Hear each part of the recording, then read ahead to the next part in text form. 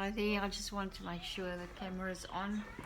I want to make a short video about autism and sleep and talk to you a little bit about medication. I don't have experience of a lot of medication for sleeping. What I did with Matthew was Matthew's 7 now, he's going to be 8 in January.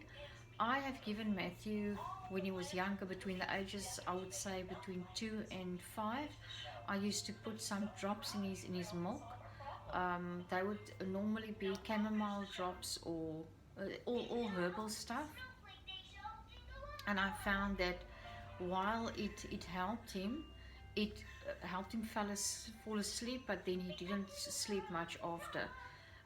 He would wake up, say, between 3 o'clock and 5 o'clock. I am well aware of how it feels to be sleep deprived because my oldest son, who I've told you about before, we have always thought that he had Asperger's. That means high functioning autism. He did not have, I can hear Matthew, he did not have a speech delay as much as Matthew had. Matthew's is going to be, like I said, 8, and he just started talking just at about 6. Point is, it's all about sleep now. My oldest son is 28. He has tried melatonin, and luckily, like I said, he's verbal, so I was fortunate in the way that he could tell me exactly how he felt.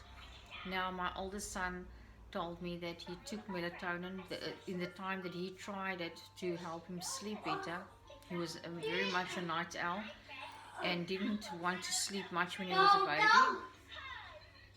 But point is, the melatonin, he said, made him feel anxious.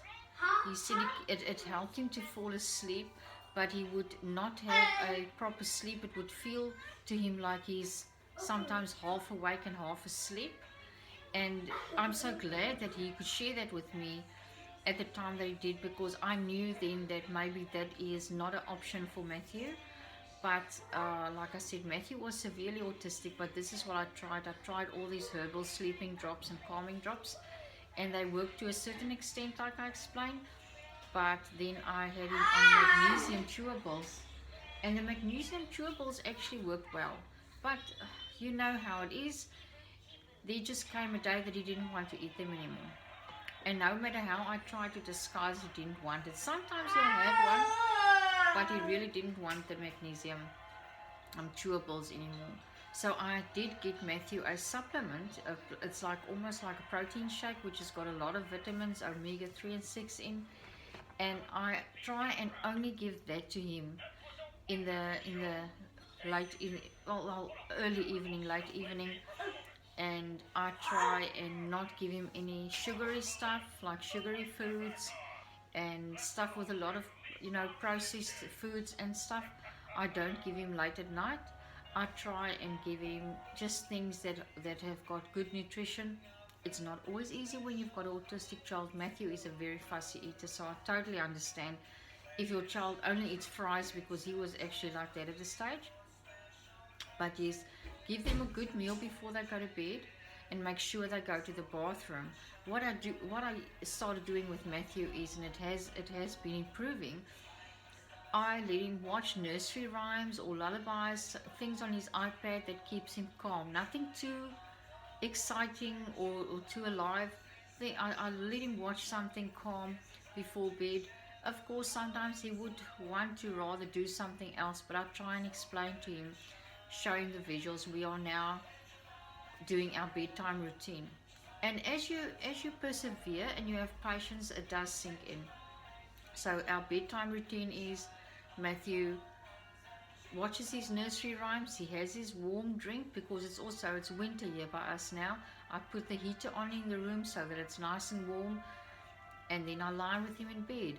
And like that, we just cuddle sometimes, and sometimes I tell him a story, sometimes I sing a song, and then he falls asleep. You've got to have some bonding time. What I find with autistic kids is, maybe it's only Matthew, I'll explain. Matthew actually he had a bit of separation anxiety, and that happened because his older sister was in an accident, At the kindergarten, she broke her leg in two places. She had to be in traction, she had to be in hospital for a week. And after that, with me staying with her in hospital all the time till she was able to come home, he developed separation anxiety. We're not sure how, but he likes having me near when he goes to bed, or his dad. But yes, you've got to do what works for you. You've got to try different things. But like I said, my son, he said the melatonin gave him anxiety attacks, and he said eventually it was not really so effective after he used it for some time. It made him, like I said, felt like he was in a half awake state. He wasn't sleeping, getting deep sleep. That's how he felt. And he stopped taking it. Also, he said that the next day he would feel groggy, and it would fuzzy. It would be hard for him to concentrate in school. So I'm telling you these things. I mean, some people believe in melatonin. This is what my son told me, and I did not give it to Matthew because I felt that he already has his challenges, so I don't want him to have a harder time as it already is. You do need your sleep, you need to do what you need to do.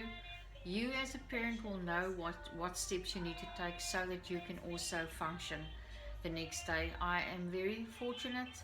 I've stopped working. I've started, sort of started restoring old furniture and trying to make a little bit of extra money with that. But I stopped working to dedicate my life full time to Matthew, and I have not been sorry for doing it. I look after him and I help him to develop into the person that he needs to be. There's always a time for me to carry on with my career, but yes, why I'm also saying I